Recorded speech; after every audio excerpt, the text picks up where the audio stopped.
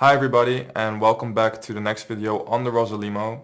In this video we're going to be covering the line with Bxc6, which is a line that I've recently played myself as black and had some success with. It's a very interesting line which requires a different kind of approach by white, and it starts with short castle bishop g7 when rook e1 is the most precise move. White's idea here is in general to go c3 and d4 and fight for the center in that way. Might seem a little bit unlogical as we're solving black's problem of the double c pawn, but in this case it makes sense because it's very hard to attack these pawns, and black tends to lack a little bit in development in this variation, which sort of allows white to play in the center. The reason why rook e1 is a more precise move than c3 is that after c3, knight f6, e5, knight d5, we would like to play something like c4 and d4 next. And here it's not as strong because if we look at the move rook e1, when knight f6 is also a possible move that has been played by several grandmasters, we have a much better version of the aforementioned line. So we'll be having a look at this, but just to point out that you don't make this mistake, after c3, knight f6, rook e1 for example, the big achievement for black here is actually that he managed to get the knight to f6 without having to worry about this move. And even though a position like this might look a little bit better for white, it's not really recommendable because black can act very actively playing d5, e5 and knight e4, and as you can see he doesn't really struggle with the double pawn, nor does he have a passive position or anything like that. So make sure not to make this mistake and play rook e1 first. Now if black plays knight f6, as I said, we'll go for e5, knight to d5, c4, knight c7, d4. And the following line seems quite dangerous for black, as white can very quickly play with ideas such as queen h4 and bishop h6. A sample line would be castles queen h4. Here black could play rook to b8 to sort of prevent bishop h6 for the moment. I suggest you play b3. And after d5, here it's actually possible for white, and instead of focusing on bishop h6 and those ideas, which are sort of relatively easy for black to defend against in the sense that he's not going to get mated because of the knight coming to e6, protecting, for example, against knight g5 ideas. It makes sense to just develop with knight c3. After knight e6, bishop to e3, white has a pleasant position. He's planning to play maybe rook to d1, put pressure on the d-pawn, and of course also the pawn on a7 is hanging. In general, black is slightly cramped here, and I think that there's not much reason for black to try and play this line. There are a little bit more details to it, but I suggest you look them up in the ebook because most of white's moves here are fairly logical and self-explanatory. Moving back to the most important position after rook e1, black really has a lot of options here. Most of them are not too good. One of the more important ones I would say is e5, because we have to understand what to do here. It might seem logical to go once again for this type of idea, but also after e5 you should actually aim for central play with c3 and d4. So after c3 and here knight to e7, d4 takes, e takes, knight takes. One of the very important aspects of this position is that c5 is actually not a very good move because white can go knight to b5 followed by knight d6 check. Or check or not check, either way it's an annoying move for black to face.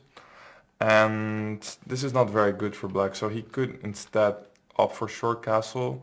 But here once again, black does have the bishop pair and he has some activity over the b file, but after rook to b1 followed by bishop f4 and bishop d6 if possible, it just seems slightly unpleasant for black. As I said, after d5 probably bishop to f4 would be an annoying move to face, and after c5, knight e2, he gives us the d5 square and still didn't solve the problem of the slightly backward d-pawn. So this is not a line that is very popular, and after something like this followed by bishop to h6, we eliminate the advantage of the bishop pair and keep a structural advantage and a very easy position for white to play.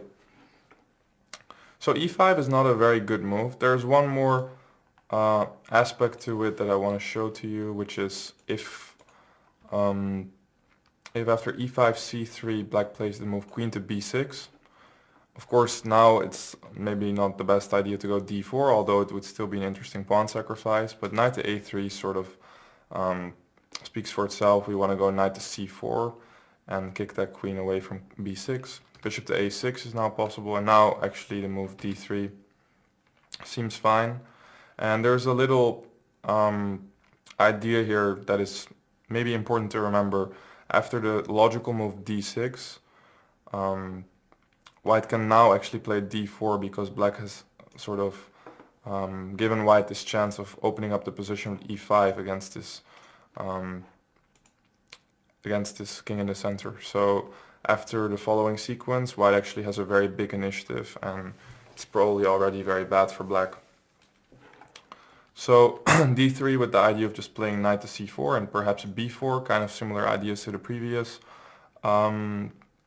example, the previous line. But in case of d6, there's actually an even stronger continuation in that. The move that I have personally tried and had some success with is the strange looking move rook to b8. And one of the main ideas is of course that we're attacking b2, but it's very questionable whether we can actually take on b2. I'm still not 100% sure about the evaluation of this move, but it hasn't really gained too much popularity, so people clearly aren't huge fans of it. The main idea is that after c3, which looks very logical, black can play knight f6 now and sort of claim that he has a slightly better version of the following variation. I will admit that I still feel like it is slightly odd for black to play this way because he actually has to defend the pawn on a7, so I would actually advise white players to just go for this. Rook b7 is the right move, and if you remember from the previous line with knight f6, knight d5, there black actually spent a move on rook b8 attacking the b pawn. So basically we've gained a little bit of a edge compared to that variation, but still after something like queen h4, knight e6 or short castle, but for example short castle b3 once again, I do think that even though for example the computers like black's position, it might not be that easy for black to play, and I definitely feel that visually this looks quite nice for white. So I wouldn't be too worried about the line, but I do think that if you prepare it well, it's playable for black, and it's an interesting surprise weapon. Another interesting idea that rook b8 is focusing on is just for instruction after the move h3, which was tried by my friend Anish Giri.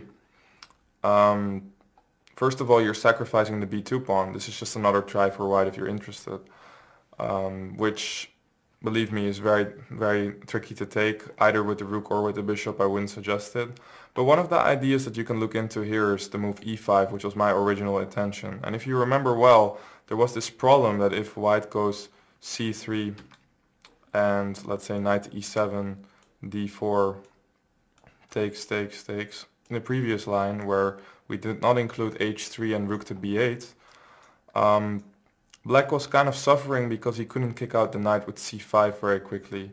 However, in this case he's in time to go c5, and white no longer has this move knight to b5, which was kind of very important in that variation. Whereas here, if he removes the knight to, let's say, e2, black is actually in time to set up some sort of defense and play something like d6, knight c3, knight c6, and it's not so easy for white to target the d pawn because we can always go knight e5 now. So this is one of the other ideas of rook b8.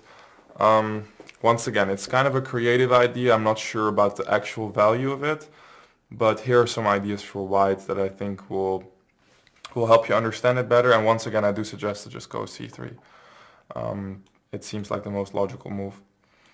So moving to the main line over here, which is the move knight h6, which is a completely different perspective sort of for black altogether. Black is not really worried about the center here as much, not trying to play e5 or anything like that. He's just saying, okay, it's kind of dangerous to develop the knight to f6. He doesn't want to allow these lines with e5 and c4. And instead he says, okay, I will go knight h6, f6. It's not the most active move or the active setup, but I do have the bishop pair and I don't have any major weaknesses. So this is a very playable line, and many games have been played in this structure. I advise you to go c3, short castle and play h3.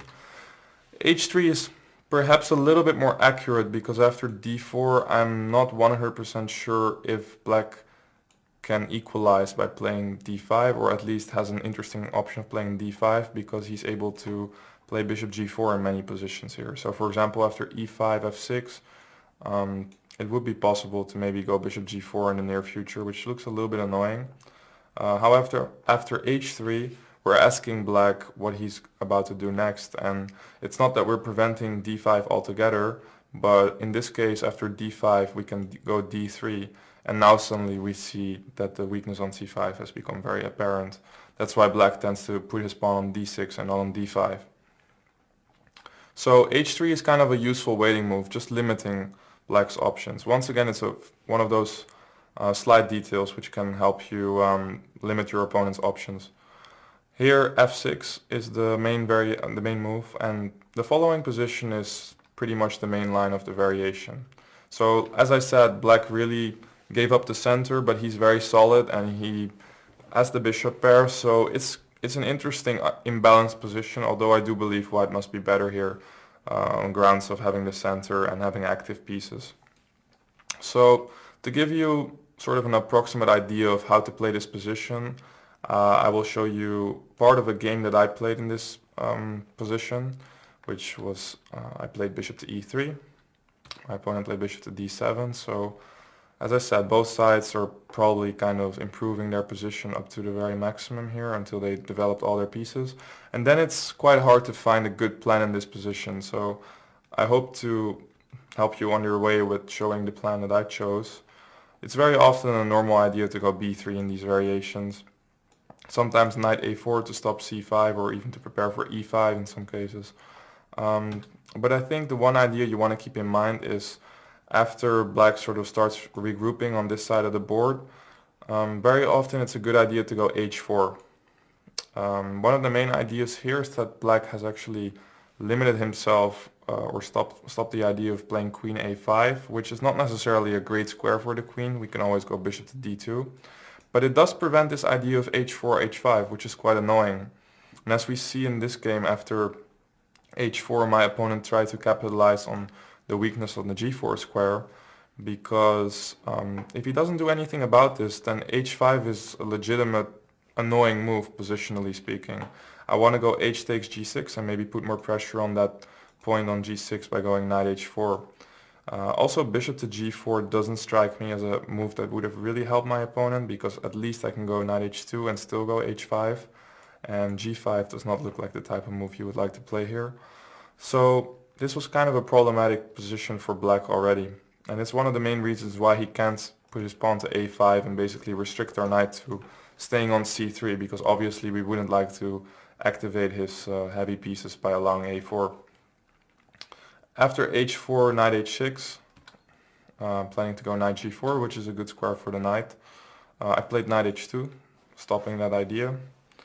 And after f5, which is always possible in these variations, but normally not a good move because of the simple e5.